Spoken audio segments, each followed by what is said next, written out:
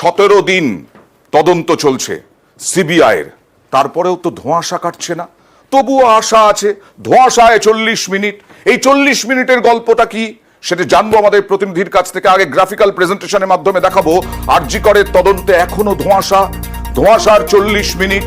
আরজি কর তদন্তে এখনো ধোঁয়াশা। আপনারা দেখতে থাকুন। সরাসরি চলে যাব প্রতিনিধি অমিতের কাছে। অমিত, কি ধোঁয়াশা? এই 40 মিনিট কেন ধোঁয়াশা? কি বলা হচ্ছে, কি কারণ, কটা থেকে কটা এই 40 মিনিট ধোঁয়াশা?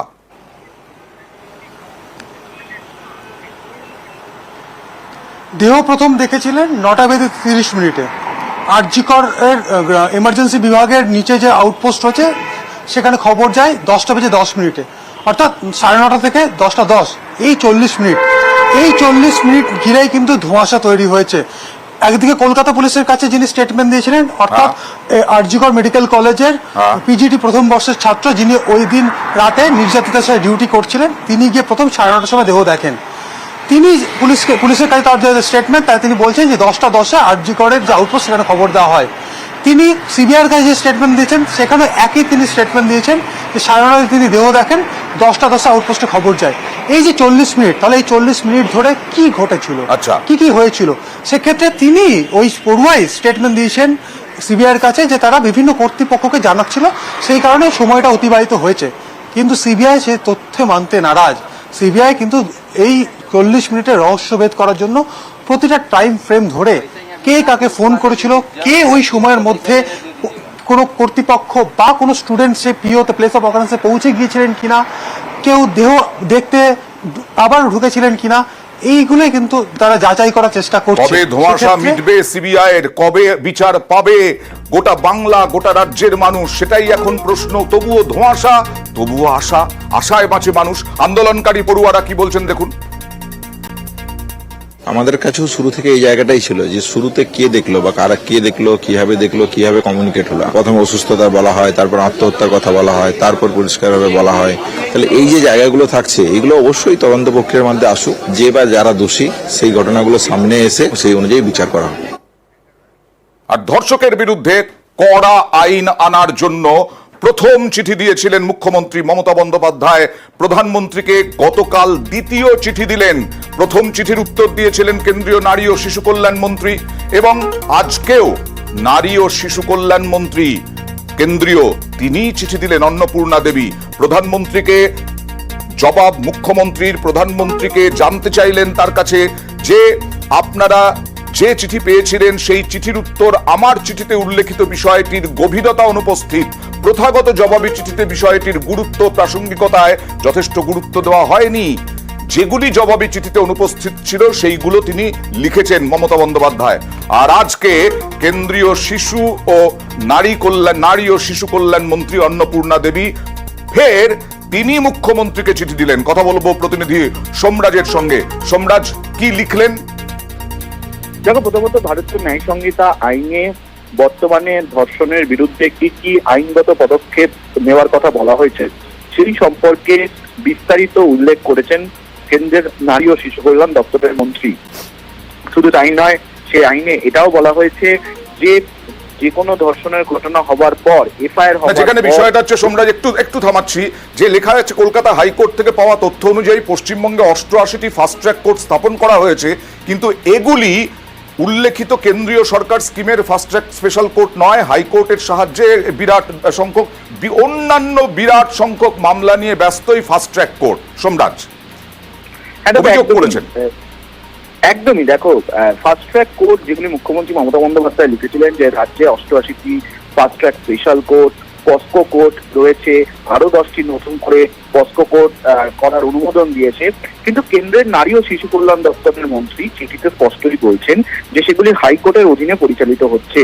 কিন্তু এই পরিচালনা করার জন্য কেন্দ্রের যে নিয়ম রয়েছে সেই নিয়মের যে অনুসরণ করা হচ্ছে না তা নিয়েও প্রশ্ন তুলেছেন কেন্দ্রের নারী ও শিশু কল্যাণ দপ্তরের মন্ত্রী। তার সঙ্গে ধর্ষণের ঘটনা হওয়ার পর ভারতীয় ন্যায় সংহিতা আইনে কি বিষয় উল্লেখ করা হয়েছে, বিশেষ করে নতুন আইনের বিধানে বলা হয়েছে কোনো এফআইআর হওয়ার পর 2 মাসের মধ্যে চার্জশিট এবং তার 2 মাসের মধ্যে গোটা বিচার প্রক্রিয়া নিষ্পত্তি করার কথা। আচ্ছা। সেটিও মুখ্যমন্ত্রী মমতা বন্দ্যোপাধ্যায়কে মনে করিয়ে দিয়েছেন কেন্দ্রের নারী ও শিশু কল্যাণ দপ্তরের মন্ত্রী।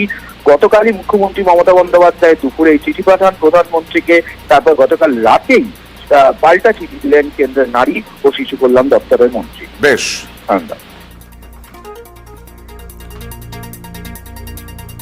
আর এই পত্রযুদ্ধের মধ্যে এই আজকে নরেন্দ্র মোদী তিনি নারী সুরক্ষায় বার্তা দিলেন, ফাস্ট ট্র্যাক বার্তা।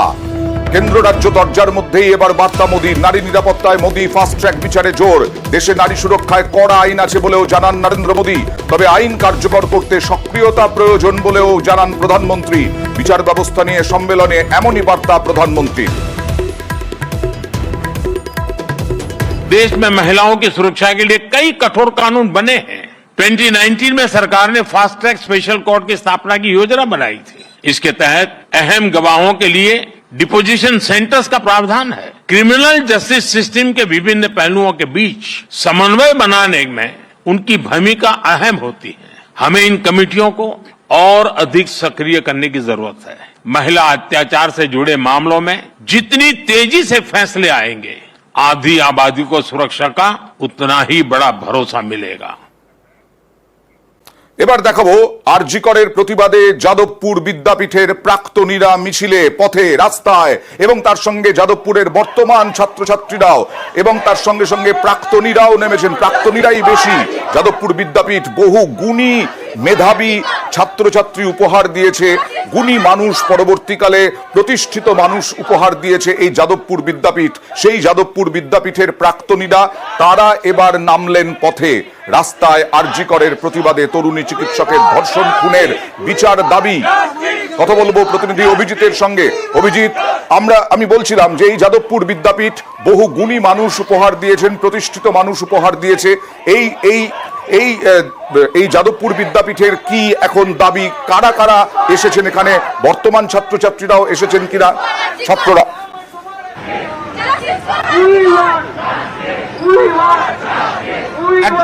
এই মুহূর্তে যাদবপুর হাই স্কুলের ছাত্রছাত্রীরা যেমন ভাবে কেউ 70 সালে পাস আউট, কেউ আর তারও আগে পাস আউট, সেই প্রবীণেরা যেমন রয়েছেন তেমন ভাবে দেখা যাচ্ছে সদ্য প্রাক্তন ছাত্রছাত্রীরা, এমনকি বহু বর্তমান ছাত্রছাত্রীরাও তারাও রাস্তায়।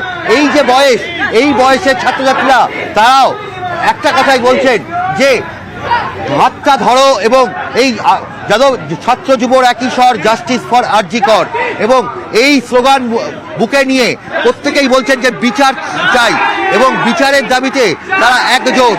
এবং যাদবপুর হাই স্কুলের এই প্রাক্তন ছাত্রছাত্রীরা তারা যেমন রয়েছেন তেমনভাবেই বহু বর্তমান ছাত্রছাত্রী তারাও রাস্তায় এবং যাদবপুর হাই স্কুলের প্রাক্তনীদের ডাকে যে স্লোগান দেওয়া হচ্ছে, ও আলোর পথযাত্রী এ যে রাত্রি এখানে থেমো না। দ্রুত প্রকৃত দোষীদের চিহ্নিতকরণ এবং আইনানুগ শাস্তির ব্যবস্থা করতে হবে এবং সমাজের সর্বক্ষেত্রে নারীদের সুরক্ষা নিশ্চিত করতে হবে। এই দাবিতেই এই মিছিল চলছে। আর কিছুক্ষণের মধ্যেই যাদবপুর থানার অভিমুখে এই মিছিল যাচ্ছে। এখন যাদবপুর বিশ্ববিদ্যালয়ের এইভাবেই আরজি করের প্রতিবাদ চলছে শহরের রাস্তায়। বিভিন্ন সমাজ, নাগরিক সমাজ, ছাত্র সমাজ তারা উপস্থিত হয়েছেন রাস্তায়। আর আরজি করের ডাক্তারি পড়ুয়ারা বারবার বলেছেন রাজনীতি তারা চান না। আজকে অধীর রঞ্জন চৌধুরী গিয়েছিলেন আরজি করে প্রথমে পুলিশ বাধা দিল অধীর রঞ্জন চৌধুরীকে, এবং তারপরে একজন ছাত্র মানে ডাক্তারি পড়ুয়া তিনি বেরিয়ে এলেন। তিনি বেরিয়ে এসে অধীর রঞ্জন চৌধুরীর সঙ্গে কথা বললেন, হাত জোড় করে অনুরোধ করলেন যাতে রাজনীতিকরা এর মধ্যে না ঢোকেন। আর তাই অধীর চৌধুরীকে ফিরে যেতে হলো, ঢুকতে পারলেন না। এর আগেও বেশ কয়েকজনকে ফিরে যেতে হয়েছে, সেরকমই অধীর চৌধুরীকেও ফিরে যেতে হলো। অধীর চৌধুরী কি বললেন দেখুন। এখানে এক অদ্ভুত ধরনের ব্যারিকেড তৈরি করেছে পুলিশ, সিআইএসএফ, তারা কেউ জানে না, তাদের আমি দোষ দিতে রাজি না, তারা তো ভেতরের সিকিউরিটি দেখবে। কিন্তু পশ্চিমবঙ্গের পুলিশ বাহিনীর তৎপরতা, এটা দেখে আমি অবাক হলাম। কারণ একজন ব্যক্তি একা তাদের সঙ্গে দেখা করে তাদের ভাবনার সঙ্গে আমি সহমত পোষণ করতে চেয়েছিলাম। This is nothing but to express my solidarity with them. ঠিক আছে, তাদের মধ্যে একজন এসে বলল যে আমাদের দরকার নেই, কোনো অসুবিধা নেই আমার, তাদেরকে তো জানালাম কমসে কম আমি এসেছি, এইটুকু আমার কাছে যথেষ্ট।